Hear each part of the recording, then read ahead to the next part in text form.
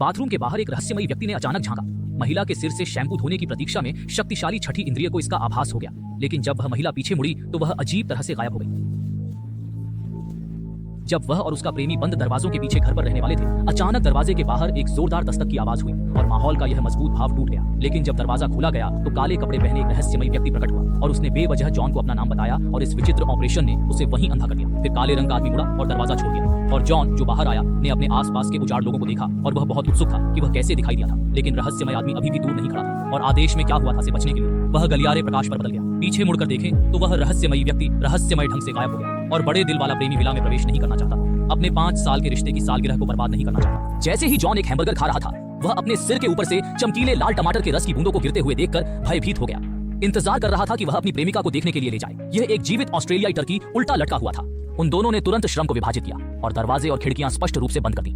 लेकिन उसकी प्रेमिका इस समय है। फिर दोनों तुरंत मुड़े और कमरे में छिप गए। बगल में एक कैबिनेट ने दरवाजा बंद कर दिया और बाहर के विकृत हत्यारे ने भी दरवाजे को लात मारकर खोल दिया। जैसा कि सभी जानते हैं कि 3 लोग हैं जो इस मामले में विकृत हैं। उन्होंने लंबे समय से इस जगह को घेर रखा है। ये लोग साधारण विकृत हत्यारे नहीं हैं और उनमें से एक भी पियानो संगीत बजा सकता है, भय से कांपते हुए शिकार की भावना का आनंद ले सकता है और अपराधी जॉन को देख सकता है, जो अभी तक साहसपूर्वक निरीक्षण नहीं कर पाया है। हालांकि अगले सेकंड जल्द ही दरवाजे पर एक बड़ा छेद तोड़ दिया गया और अपराधी दरवाजे पर खड़ा हो गया और जाने से पहले उसे कई बार देखा। क्योंकि वह शिकार को इतनी जल्दी नहीं मारना चाहता था, उसके प्रेमी ने दरवाजा खटखटाया और छिपा दिया और पाया कि दूसरा पक्ष वास्तव में वहां नहीं था। इसीलिए वह अपनी प्रेमिका को घर से भागने के लिए ले जाने के लिए तैयार था। वे दोनों अपने हाथों और पैरों को छुटकी बजाते हुए लिविंग रूम के गलियारे से नीचे चले गए और पाया कि कोई भी तुरंत गेट से बाहर नहीं भागा। लेकिन जैसे ही वे अपनी मोटरसाइकिलों पर जाने वाले थे, अचानक पूरी कार में आग लग गई। विपरीत दिशा में हुड पहने अपराधी को देखकर दोनों इतने भयभीत हो गए कि वे अपमान में वापस भाग गए। जोस ने फिर से सोचा कि उन्होंने पहल करने का फैसला किया था और विकृत लोगों के इस समूह का शिकार नहीं हुआ था।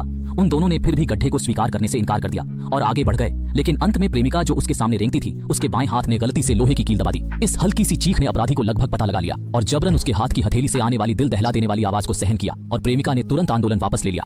सौभाग्य से ऊपर के हत्यारे ने इस पर ध्यान नहीं दिया और जॉन द्वारा अपनी प्रेमिका के हाथ से कील निकालने के तुरंत बाद दोनों झोपड़ी के बाहर भाग गए और फिर बगल में स्थित उपयोगिता कक्ष में चले गए। जब उन्हें लगा कि यह सुरक्षित है तो उनकी प्रेमिका ने लाइटर से आग जला दी। उन्हें नहीं पता था कि अपराधियों में से एक पहले से ही यहाँ इंतजार कर रहा था, लेकिन दोनों का ध्यान उसे बिल्कुल नहीं मिला।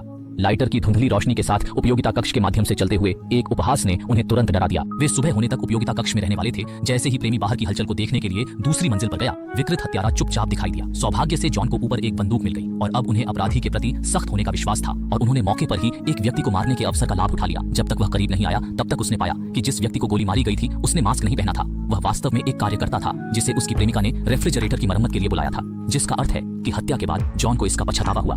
इस समय उसे वह चाबी मिली जो जमीन पर गिर गई थी और कार जो अभी भी बहुत दूर खड़ी नहीं थी, बहुत ज्यादा नहीं रुकी और कार में भागने के लिए तैयार थी। लेकिन जैसे ही जॉन ने जाने के लिए गैस पेडल पर पटक दिया, अचानक एक कार खड़ी हो गई और उनसे टकरा गई। ऐसा ही हुआ कि वह कार से टकरा नहीं सका। उसकी प्रेमिका ने कैब को पकड़ने का मौका लिया और बाहर चढ़ गई, लेकिन निचोड़ने के कारण उसके प्रेमी का पैर उसमें फंस गया था क्योंकि अपराधी आगे और पीछे चला गया। जॉन को अपनी प्रेमिका को पहले अकेला छोड़ना पड़ा, लेकिन उस समय जब उसने अपनी बंदूक उठाई, सामने वाली कार में बैठा अपराधी गायब हो गया और ऐसा लगा कि उसने यह सब सोचा है। ये गोली अपराधी को भगाने में भी सफल रही और जॉन के सामने की विंडशील्ड से चढ़ने के तुरंत बाद, लेकिन दूसरी तरफ प्रेमिका कहीं नहीं जा रही थी। पहाड़ में जाते ही वह खो गया और विकृत ने सीधे उसे एक बड़ी बाल्टी से गिरा दिया। जॉन ने बंदूक से पहाड़ों में उसका पीछा भी किया और उनमें से एक को पकड़ लिया, लेकिन जब अपराधी ने अपना सिर घुमाया तो उसने अजीब हरकतें की। या यह कहना तुच्छ था कि विकृत हत्यारे को सीधे मौत का सामना करना पड़ा। वास्तव में वह समय के लिए रुक रहा है और सही व्यक्ति की प्रतीक्षा कर रहा है। जागने के बाद दोनों को वापस विला में बांध दिया गया, कम से कम उसकी प्रेमिका के लिए। जॉन इस समय अभी भी जीवित था और फिर एक तरबूज चाकू ने अपने प्रेमी को स्थिर रूप से मारा। यह कथानक मुझे नहीं पता कि पटकथा लेखक क्या व्यक्त करना चाहता है। जॉन को उसकी प्रेमिका के सामने लात मारना और पीटना क्योंकि तुम यहाँ हो, इसमें कोई संदेह नहीं है कि अपराधी ने अपनी प्रेमिका को नहीं बख्शा और उसने उसे किनारे पर भी लात मारी और फिल्म को 0-8 संस्करण के अनुसार चोरी किया गया था। अंत में 3 लोगों का आपराधिक परिवार वहाँ से चला गया और वह खूबसूरत देश जो कभी देर नहीं करता था दिखाई दिया। लेकिन पटकथा लेखक ने फिर भी एक रहस्य छोड़ दिया कि उसकी प्रेमिका नहीं मरी और इस हंगामे ने मुझे पूरी तरह से भ्रमित कर दिया। फिल्म की शुरुआत में उन दोनों ने 5वीं वर्षगांठ की यात्रा की योजना बनाई है। अप्रत्याशित रूप से रात के खाने के लिए एक सीमावर्ती गैस स्टेशन पर आए। जब वे बाहर आए, दरवाजे पर कार अचानक आग नहीं पकड़ सकी। जॉन को लगा कि उसके आसपास के लोग बहुत अजीब थे और छोड़ना चाहते थे, लेकिन उसकी प्रेमिका को लगा कि उसका प्रेमी रहना चाहता है क्योंकि वह बहुत ज्यादा चाहता था। इसलिए उसने गलती से इस जंगल विला को किराए पर ले लिया।